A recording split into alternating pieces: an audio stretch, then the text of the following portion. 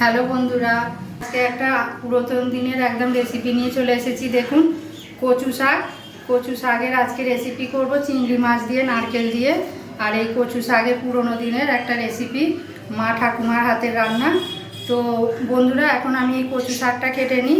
তো এটাকে আমি কেটে নিয়ে আপনাদের কাছে ফিরে আসছি। আপনারা প্রথম থেকে শেষ পর্যন্ত ভিডিওটা দেখতে থাকুন। আসুন, এখন আমি এটা কেটে নিচ্ছি। কচু শাকটা সিদ্ধ করব, কড়াতে জল দিয়ে দিচ্ছি। সামান্য জল দিলাম, ওতে জল বেরোবে অনেক। আর এতে নুন দিয়ে দিচ্ছি আমি।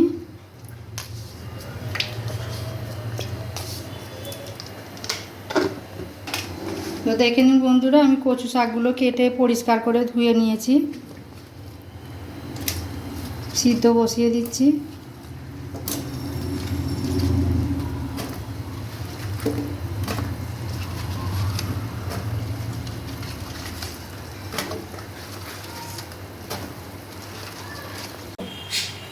একটু লেবুর রস দিয়ে দিচ্ছি।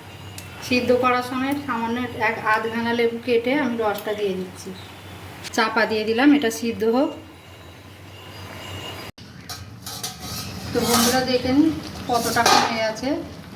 এবারে একটুখানি আমি উল্টে পাল্টে দেবো। নিচেরটা উপরে করে দেবো, উপরেরটা নিচে করে দেবো। এখনও সিদ্ধ হবে।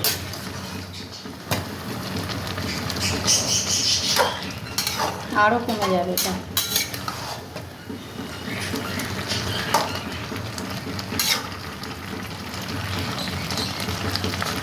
এখনও সিদ্ধ হোক। তো দেখে নিন বন্ধুরা, সেদ্ধ হয়ে গেছে। এটাকে আমি এখন ছেঁকে নেব। ছেঁকে নেওয়ার পরে আমি রান্নাটা করব। কচু শাক রান্না করার জন্য আমি এখানে কড়াইটা চাপিয়ে দিয়েছি। কড়াইতে সরিষার তেল দিয়ে দিচ্ছি পরিমাণ মতো।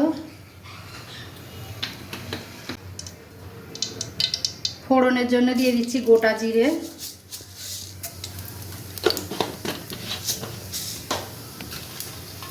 আর দিয়ে দিচ্ছি গোটা শুকনো লঙ্কা ছিঁড়ে, আর তেজপাতা।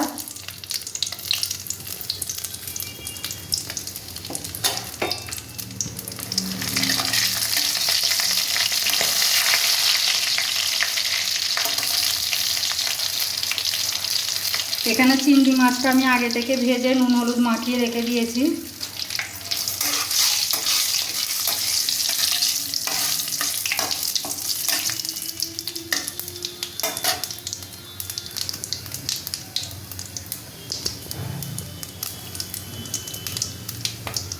আমি এই তেলেতে চিংড়ি মাছটা দিয়ে দেব।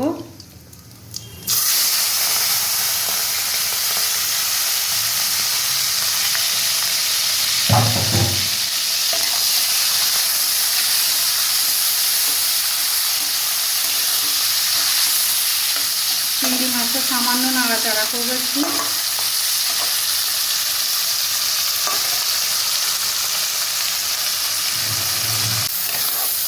চিংড়ি মাছটা হালকা করে ভাজা হয়ে গেছে। চিংড়ি মাছ বেশি ভাজবো না, শক্ত হয়ে যাবে। এতে এবারে আমি এক এক করে মশলাটা দিয়ে দিচ্ছি। প্রথমে দিচ্ছি আদা বাটা,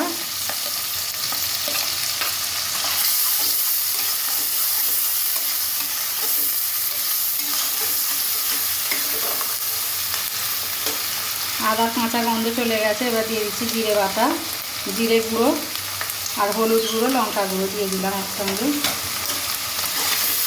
যাতে ভালো করে একটু কষিয়ে নেব।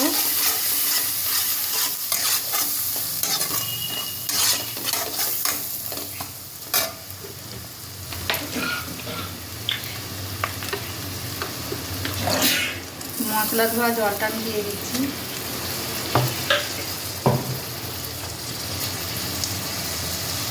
আর দিয়ে দিচ্ছি কিছুটা চেরা কাঁচা লঙ্কা। এটা ঝাল হবে, খুব ঝাল ঝাল করে করতে হবে এই রেসিপিটা। ভালো করে নিয়ে চেড়ে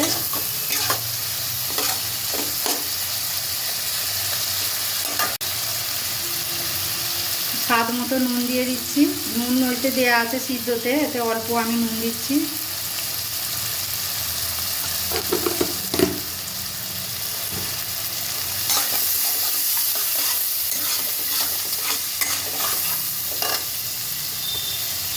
আর এই যে নারকেলটা পেস্ট করে নিয়েছি আমি দিয়ে দিচ্ছি এতে।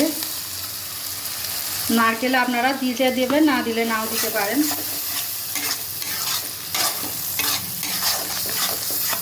এটা ভালো করে কষিয়ে নিতে হবে। তো বন্ধুরা দেখে নিন মশলাটা কষানো হয়ে গেছে, আমি এতে সামান্য চিনি দেবো।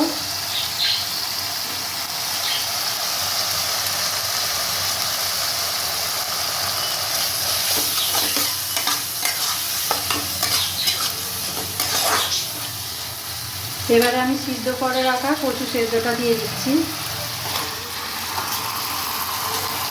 এই রান্নাতে কিন্তু একদম জল ব্যবহার করব না। এবারে এইভাবে নাড়াচাড়া করে এটাকে আমি রান্না করে নেব।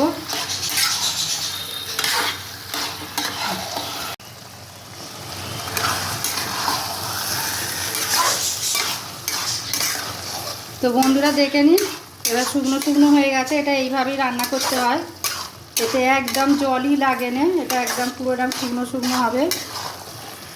এটাকে কচু শাক অ্যাকচুয়ালি বলা হয়, কিন্তু এটা অ্যাকচুয়ালি বলে কচু ডাঁটি, ডাঁটিও বলে কচু শাকও বলে। তো বন্ধুরা ভিডিওটা কেমন হয়েছে আপনারা অবশ্যই কমেন্টে জানাবেন। রান্নাটা কেমন লেগেছে আপনারা বাড়িতে বানিয়ে খাবেন এইভাবে। আর অবশ্যই আপনারা সাবস্ক্রাইব করবেন, আর বন্ধুদের সঙ্গে বেশি বেশি করে শেয়ার করে দেবেন। দেখুন হয়ে গেছে, গ্যাসটা আমি অফ করে দিচ্ছি। তো বন্ধুরা দেখে নিন আমার এখানে কচু শাক রান্না কমপ্লিট। তো বন্ধুরা এখনের মতো আমি ভিডিওটা এখানেই শেষ করছি। দেখা হচ্ছে আবার পরের নতুন কোনো ভিডিও নিয়ে। এখনকার মতো টাটা।